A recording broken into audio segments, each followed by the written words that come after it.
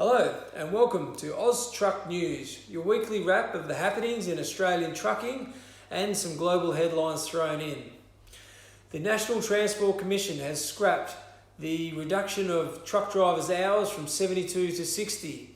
This has been welcomed by the ATA and industry groups as it would have caused financial hardship and logistical problems for drivers.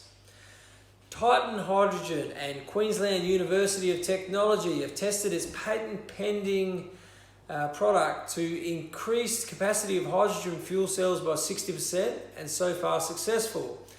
Less hydrogen producing more energy.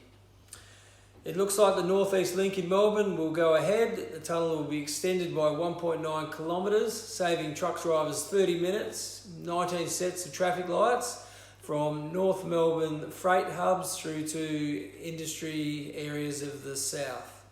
The federal government is launching a $150 million pilot program for remote roads upgrades. Councils will receive between 80 and 100% of the costs to upgrade and increase safety on unsealed roads.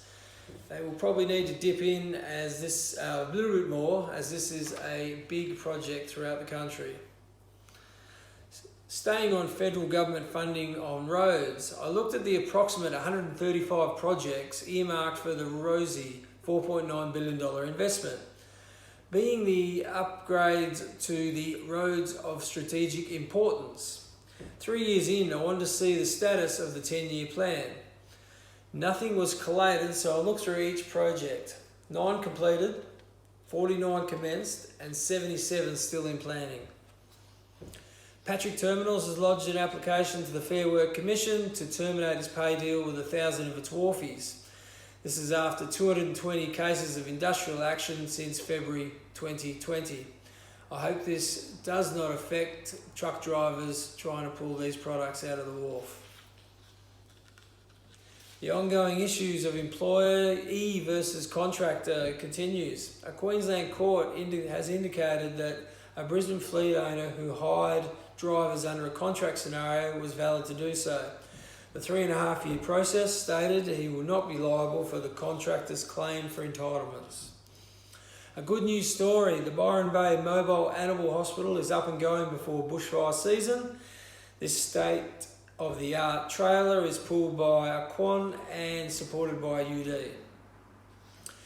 Daimler Trucks North America has dropped the 5700 EX from Western Star's lineup, the last rolling off in December. They have not issued a statement on its replacement, but rumours are it will be called a 57X and may have been snapped during trials as pictured here. Navistar is settling their ongoing 2011 to 2014 Max Force emissions issue with the US government for $52 million and will destroy over 7,000 engines. The issue would hurt market share and also a nice how do you do to the new owners of Traton Group. As said last week, the driver shortage is a problem, not just in Australia. In the US, 60,000 short, the UK 100,000 short, and Canada 18,000 short, for examples. Getting exact figures of the shortage in Australia had been a little contradictory, and good 2021 data is a little scarce, but this is what I've been able to piece together. Average driver age is 45, and 1 in 5 of these drivers are driving past retirement age. Less than 1 in 5 drivers are under the age of 30. Under 5% of drivers are female. 80% of the transport industry are experiencing skills shortages.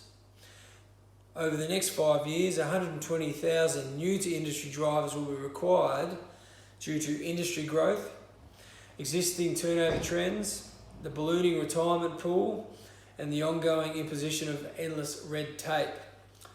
Truck transport over 75% of non-bulk freight in Australia, and a 2016 Volvo study said that will double by 2030.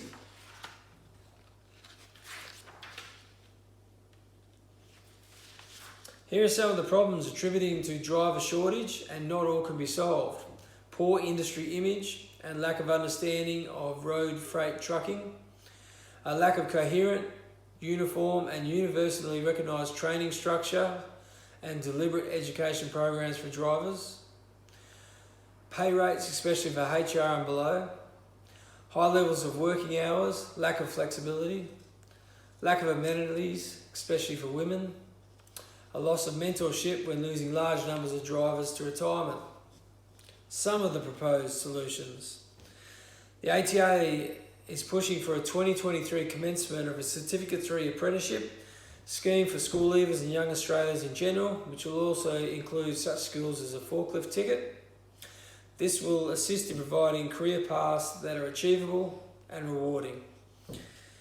There are varied approaches from state governments like WA's $6.1 million to recruit and train 1,000 drivers through TAFE, providing appropriate amenities for men and women in depots and around the network, working with an organisation like Transport Women's Australia to roll out their existing work on a bigger scale, such as mentorship, scholarships, and joint training programs will be a key to promoting the industry to 50% of the population and increasing female participation.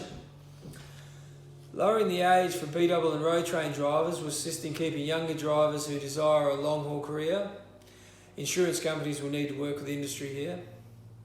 Driver remuneration. Well, I haven't seen a lot about making a plan to assist in this issue. So yeah, that's definitely something that needs to be looked at, and yeah, a good day's pay for a hard day's work.